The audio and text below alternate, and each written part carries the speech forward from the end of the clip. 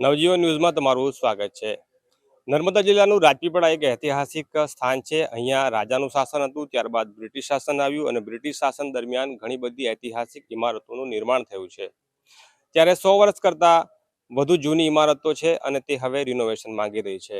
ત્યારે રાજપીપળાના રાજવી પરિવારના યુવરાજ માનવેન્દ્રસિંહ અને તેમના સાથીઓ દ્વારા ઇન્ટેક સંસ્થા દ્વારા આ નગરની જે ઐતિહાસિક ઇમારતો છે, જે જર્જરિત ઇમારતો છે, તેને સાચવણીની જે ઝુંબેશ ઉપાડવામાં આવી છે અને લોક જાગૃતિ પણ ફેલાવવામાં આવી છે। અનુસંધાને આજે રાજપીપળાની એક શાળાના વિદ્યાર્થીઓ દ્વારા વિજય પેલેસ ખાતે બાળકોને લાવવામાં આવ્યા હતા। તેમને આ પેલેસ બતાવવામાં આવ્યું હતું અને આપણો જે ઐતિહાસિક વારસો છે તે શું છે અને તેને શા માટે જાળવવું જોઈએ અને ઇન્ટેક સંસ્થા શું છે એ મુદ્દે તેમણે બાળકો સાથે વાતચીત કરી હતી, લોક જાગૃતિ ફેલાવવાનો પ્રયાસ કર્યો હતો।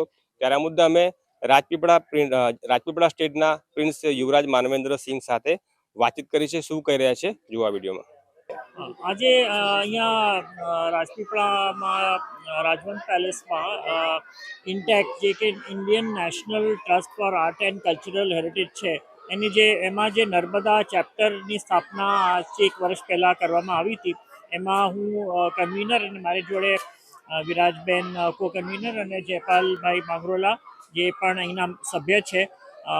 અમે એક કાર્યક્રમ અહીંયા વાત્સલ્ય વિદ્યાલયના બાળકો સાથે મળીને એક જાગૃતતાનું કાર્યક્રમ રાખવામાં આવ્યું, જ્યાં અમે બાળકોને સૌથી પહેલાં તો ઇન્ટેક શું છે, ઇન્ટેકમાં જે હેરિટેજ શું છે અને હેરિટેજની જે બિલ્ડિંગ છે અને હેરિટેજની કે જાળવણી કેમ જરૂરી છે એના વિશે માહિતી આપી।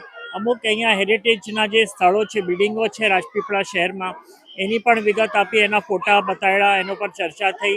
સાથે સાથે હેરિટેજના લગતું જે કંઈક હોય, જેમ કે આપણી સંસ્કૃતિ છે, એ સંસ્કૃતિને બચાવવાની કેમ જરૂરત છે અને પર્યાવરણની પણ વાત કરી કે અહીંયા પર્યાવરણ પણ કેમ સાચવવું જોઈએ, ઝાડ વાવવા જોઈએ, એ બધી વાત કરી છે। અને અમને લાગ્યું કે આ એક જરૂરી પગલું હતો કે ઇન્ટેકમાં આવું એ કાર્ય થાય, કેમ કે આ બાળકો આપણા ભવિષ્ય છે, આપણા સમાજનું ભવિષ્ય છે અને એમના થકી આ એક જાગૃતતાનું કાર્યક્રમ થાય, જેથી કરીને આ બાળકો જ્યારે પણ પોતપોતાનું ભણતર પૂરું કરીને જે પણ વ્યવસાયમાં આગળ જશે ત્યારે એમને આ વાતની જ્યારે જાણકારી છે કે આ આપણું આ ધરોહર છે, આ હેરિટેજ છે, પર્યાવરણ છે, આ સંસ્કૃતિ છે, એને બચાવવા પાછળનું શું કારણ છે અને એના માટે શું જાળવણી કરવી જોઈએ, એ આજે આ સંદેશો અમે ઇન્ટેક થકી આ બાળકોને અમે આજે આપવામાં આવ્યું છે।